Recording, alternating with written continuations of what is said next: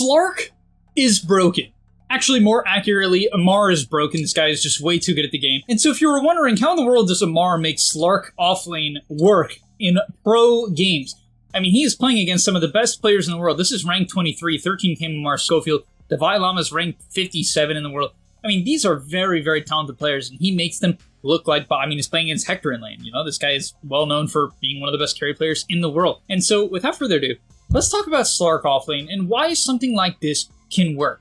Give me a bit of your time, let me try to explain to you why it can be legit, and what you need to abuse in order to make it actually feel legit. On top of that, go sign up to the gameleap website, guys. I'm posting new content over there almost every day, and I'll see you there. Now, first things first, I actually think this hero is best picked against very specific safe laners.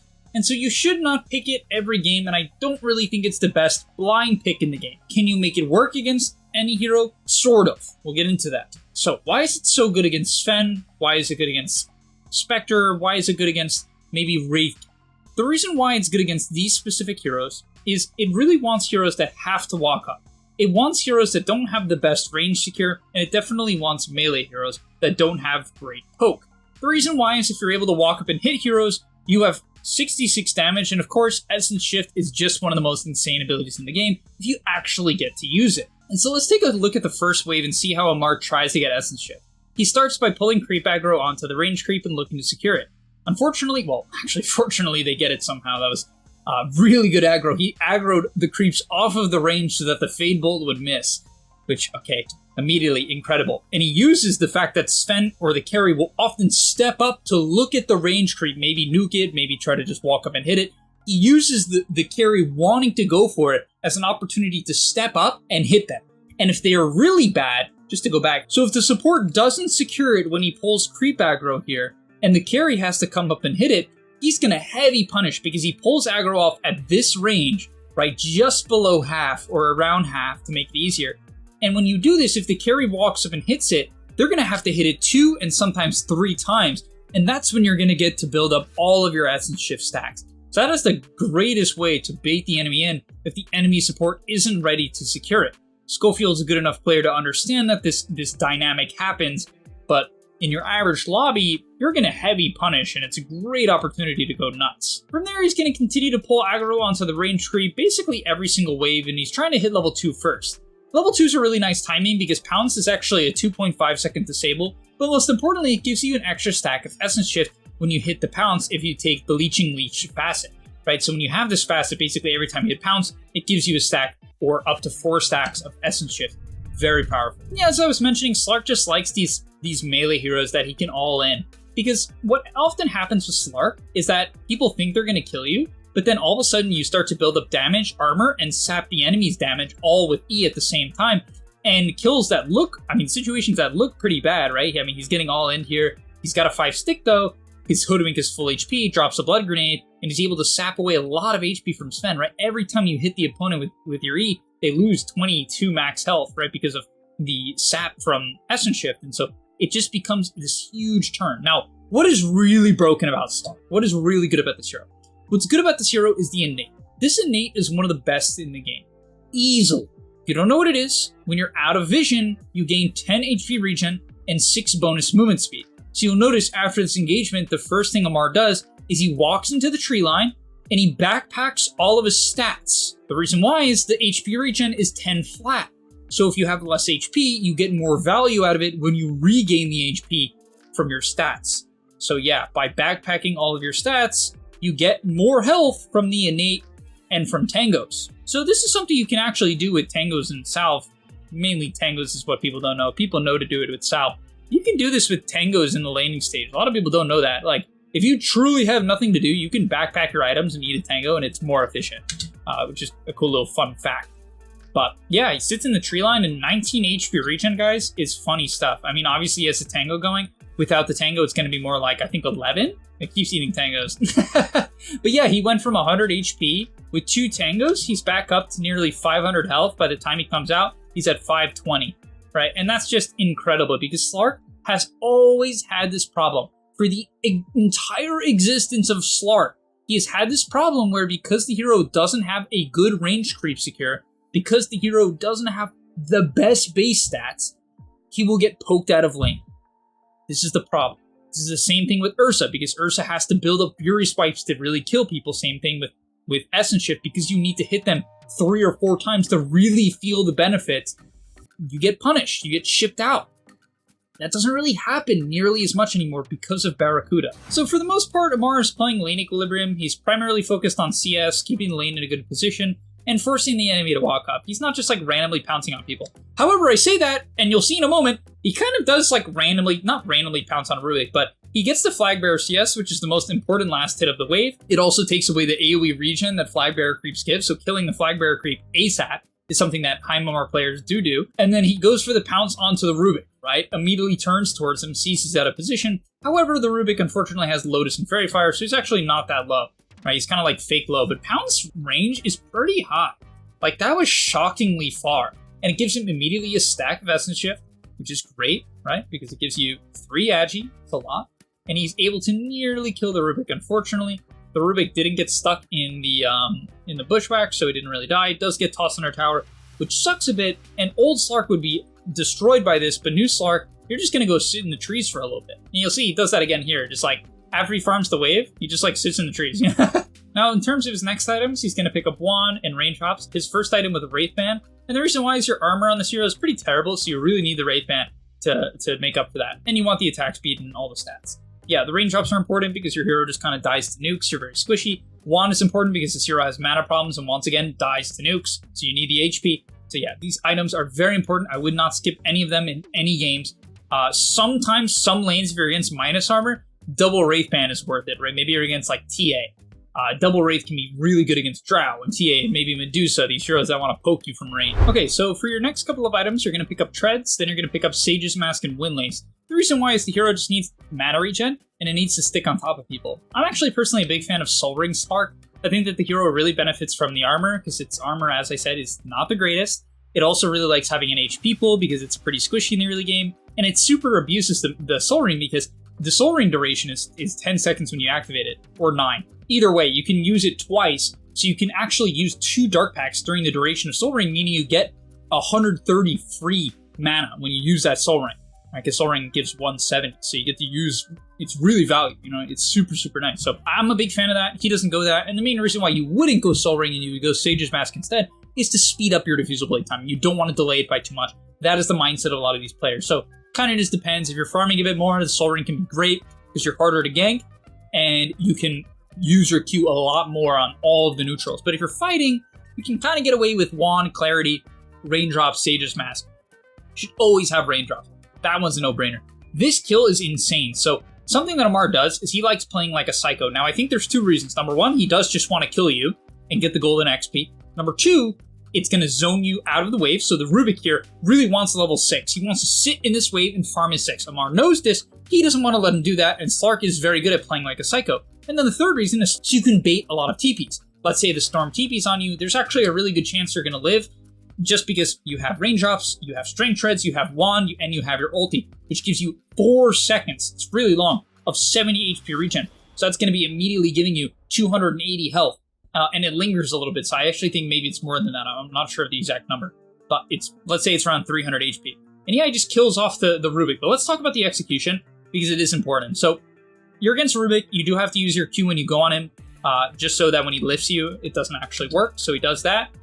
And then he pops his ulti because the Rubik doesn't panic and lift. The Rubik's a good player, right? He's ranked 23. So he doesn't panic lift during the Q, but then he doesn't want to get lifted right after, so he actually clicks the ulti at the end of the Q so that the Rubik cannot lift and is able to chase him down. And yeah, the Essence Shift builds up. I didn't think that last hit was going to kill him. It looked like he was out of range, but no, it kills him, and that is a game-breaking kill. And you might be like, Speed, really? Is that actually you're killing a support? Yes, this Rubik needs level 6. You see what happens when Rubik dies? He comes right back because these pros understand, I need 6. If I don't have 6, I'm not playing the game. They actually immediately go on the Rubik again, and this is just some super, super game-breaking stuff from Team Falcons. This is why this team, in my opinion, is the best in the world right now, even though they lost 0-2 to Gaming and Team Spirit. I still believe it. Just plays like that, the execution, the timing is game-breaking. Right? This Rubik needs 6. If you can't get it, you basically have a useless hero. This hero is way worse than something like a Crystal Maiden at level 4. And so It's just tough. So next up, what I like from Ammar is that Eng comes and takes his tower. Usually if your tower is alive, you kind of just continue to farm the area and slowly poke the tower to death until you get it, and then you're going to farm up a defusal by the time you do that. And that's really, really nice. But what Ammar does is, because the tower is taken early, he actually shifts towards mid, which is kind of crazy. He uses 2 Qs to kill off this big camp, and then ignores this creep wave completely. Just isn't worried about it, isn't worried about the farm at all. Instead, he just walks mid. He's basically saying, hey, I think someone's going to come in. I think you guys will fight mid. You're going to play for the rune, and that's what he's doing. He understands the value of the runes. These power runes are clearly very valued by these pro teams. And as an offlane player, if you have the luxury, maybe you have an early timing of a mech on Darks here, you have an early timing on whatever it is. I mean, he's just a high level this game. That's kind of his timing is. Plus, the enemy supports are super under level, which breaks the game here because Hoodwink has ult, who doesn't Rubik and Snapfire. And that's problematic. It very much makes these fights one-sided. They just don't have damage at all. Level 4 supports are kind of bots in most scenarios. And so yeah, he wraps mid. They know they have this advantage. I think Heroic realistically should not have taken that fight at all, because they just have to respect the fact that our supports are underleveled and Falcons is bringing the numbers. But that, Ammar catches them off guard. You don't expect the offlaner at the bot route. You would at least expect them at the top route, let alone the bot route. But bro's just showing up. So from there, you want to pick up a Clarity. You always take a mana neutral item. Yeah, you want to buy a Clarity, then you're going to be buying Mage Slayer, which is why you buy the Sage's Mask. It turns into Mage Slayer later on. And he comes mid again, and at this point, Slark is just this very active frontline hero, which is why he's similar to a lot of initiating offlaners. I mean, unfortunately, Skeeter's a bot and gives away Sakuchi when that was a free kill. Hey, it's true. What can you say? He gave away Sakuchi at the worst possible time, but okay. Yeah, notice his position here. He's just in between mid and top. He's hunting. He's looking. And this is daytime. One of the things about Slark that most people follow is that they fight or they hunt during night and they farm during day. The reason why is your ulti during night is very useful because your ulti tells you if you're seen, so you know if you need to deward a hill or just if you're being seen. During the day, there's a lot of things that can see you. Creep waves, heroes, like, people kind of just see you. During the night, if you get seen, it's like, oh, I'm seen. Like, I need to deward. I need to get out. I'm being ganked. During the day, it's a little bit harder to really play around this. He still can, and that's what he's doing, but it is harder. Note, he also has 2 sentries in his backpack, which he does every game. I've watched 3 or 4 of his Slark games. I'm serious. I'm a huge proponent. I love random offlaners, like weird stuff. I like Gyro offlane is my favorite offlaner right now. And Slark is maybe becoming my second favorite. He's hard, though, in pubs. People get tilted, It's just, it is the reality. That's something you have to keep in mind. But yeah, it comes mid. It's got his defusal. Uses it, and this is what you want to do typically. He will pounce in, so the advice in the past used to be hold pounce as long as you can, use defusal. But honestly, I'm starting to think if you can pounce first, you should, because 4 stacks of essence is a lot, right? That's what happens when you hit the pounce. And so he actually ends up saving it here for the cookie, which is cool. It definitely makes sense. And that was the old advice, right? You defusal, and then if they use mobility or a 4-staff, you chase with the pounce. Also, something to keep in mind about Slark that really makes this hero come back into the meta is that leashes used to be broken by 4-staff. No longer. So if you need to evade Slark, you have to buy Glimmer and hope he has no detection, a Ghost Scepter, or a Yules. You can't buy 4-staff. It just doesn't work. Now from there, Ammar is continuing to play like a psycho, contesting the 14-minute Wisdom Rune completely alone. And when I mean completely alone, I mean completely alone. He's level 10. In terms of talents, he actually doesn't take it. He takes the Pointed Dark Pack, which makes sense. It's way better than either of the talents. And he contests the rune. Notice how he does not stack the duration of the Q with the ulti. You never want to stack it. He waits. Then he's going to eventually drop his ulti, and he's going to TP out. And you have to know which games you can do this. This game, if Snapfire is dead and Slaughter is dead, you can do this. And comically enough, they're both dead. This guy's awareness is incredible. Incredible. He might have done it anyway, honestly, but like these psycho plays where you can like ulti TP out, you only can do them if you know that Snapfire, in this game, Snapfire and Slaughter are not there or are dead. And that was the case in that situation. Okay, so he does slow down the pace a little bit, like farms up this neutral camp, farms up the next wave, using pounce to get over the hill. Like, he doesn't mind farming, but for the most part, he's looking to connect. He wants to hunt. They want to completely zone out the side of Heroic and fight them. He actually does get jumped on a ward here, but this is another OP part about Slark. The hero just walks up to the hill. He actually pounces, which is a little risky. Usually you want to walk up. He pounces. I think the reason why here is he knew there was a ward. He didn't think there was a ward. He knew. And so the pounce is to give them less time to react. But he doesn't have it to get out. So he pops his Q, they jump him, but he was ready for that. He knows that they're waiting, or there's a chance they're waiting. And boom, your vision's gone. And it's like, well, we got Slark ulti. Yeah, but ever since 7.36b, it's only a 40-second cooldown. It used to be, I think, 60 at this level. Now it's, let me tell you, a lot better. It's 50, 40, 30. This ability is 10 times better. I can't believe that this hero isn't more meta. It got Omega buffed. Like, this hero is one of the most buffed heroes of the recent letter and number patches. And that's why I wanted to talk about it. It's just like, I can't believe more people aren't thinking about Slark. To me, this hero is just not ridiculous, but like, A tier at least as a hero, like overall heroes. Yeah, just roams in, ultis back up, and this is something he does every game, which I super agree with. So many Slarks, they'll just buy like some random item here. Okay, it's not random. They'll buy Ags next. He buys the Shard, and to me, it's a no-brainer. By the way, in terms of talents, he skips it. He's just going for points in Essence Shift. But what is the Shard? You put a Cloud down on the ground. It's your ulti on the ground. 75-second cooldown, which is the drawback. It's a really long cooldown. But it's only 75 mana. It's not too expensive. You have Mage Slayer, so you have a mana pool, as well as Diffusal gives you a mana pool. And it gives AoE, so it gives you the regen. It gives your teammates the regen. This is very powerful because level 2 ulti is 100 HP regen. So it's 300 health. That's a lot. And you get to hit for 3 seconds. So it's really OP. It's in my opinion, an S tier shard. Easily. And people just they won't buy it until minute 40. And I will see that and it blows my mind. This is an S tier shard. And people will just completely skip it, which is insane. And bruh, he just continues to deward, just making this map a nightmare for the enemy team. They try to get down some D-Vision. Oh, they see me. He'll wait around, just kind of give up a bit of farming. Because he's mainly playing like an offlaner. He's not really playing like a safe laner where he's just going from camp to camp to camp. He's playing like an offlaner where he's playing for vision, playing for hills, playing for kills, you know. Not that safe laners, some safe laners do that nowadays, like players. As even here, he like completely skips the wave. It's pretty funny. He knows he's not going to outfarm the Sven per se. So like here, he TP's bottom, and there's a creep wave in his face. In fact, there's 2 creep waves, which is like insanely tempting to farm. But he just runs at Sven instead. And as I said, the mana burn against Sven is a nightmare for Sven. It's just terrible. He doesn't get the kill, but that's a lot of essence shifts. Now he has 20 armor, 157 damage, and he's finally going to clear up the bot wave. His tower did take a lot of damage for that, which is a little sus, but it's fine. Going to ship his courier, goes top.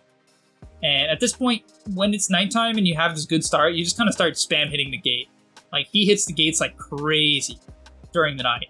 I've seen some of his pubs, he'll just hit it like a lot to get around the map and just play really, really fast. As immediately he runs mid, and look what he's doing. He's buying another sentry, he buys more sentries, and he just runs from here to here. And if he's seen, well, I'll deward the hill, or I'll deward the area. And that's a skill, you have to get good at that. If you're not seen, well, you just get to give your team the information that, hey guys, all of this is safe. You can run a straight line across the map and not run through vision at all. Goes on, I mean, he's in between 4 heroes, terrorizing Sven, as I said. The mana burn for Sven. Even if Sven clicks Warcry, yes, you're not going to kill him because he has too much armor, but you ruin his mana pool. You ruin it. And as I said, this hero needs mana to function. It needs Godstrength. It needs Mask. It needs stuns. Stun is the biggest thing. It's a 12-second cooldown, high mana spell. And Slark just kind of forces Sven into this awful position easily. Right? Because your ulti, you don't feel bad about using it. It's a 40-second cooldown. In a lot of team fights, when you're level 18, you get it off twice. That's the reality nowadays. You get 2 ultis off, which is just insane. Just insane. So, yeah, this hero, guys, it's super high skill. It's a very hard Dota hero. So, I don't want you guys to think you're going to go in your next pub and dominate. There's a good chance you go into your next pub and you go 0-20. That's the reality. This hero needs a lot of time. You have to do a lot of things right. You got to know when to trade in the lane because, trust me, you're not actually as good as you think. You have to look for 1v1s. You want to hit the carry one-on-one. You need to push out waves. You need to buy sentries, deward hills. You need to understand that your hero is particularly good during the night. You need to use Diffusal properly, right? Lead with the Diffusal and then follow up with the leash. Like, don't stack your disables. You can't stack your Q with your ult. You don't want to stack your ult with your shard. You don't want to stack your shard with your Q. You need to know these things. Hopefully this video has given you a better idea of that, and I'll see you in the next one. And that's all, but remember, before you leave, come on, before you tune out, subscribe to the GameLeap website where we are going to help you get to the next rank. If you're stuck, click the link down below, and I'm out. Peace.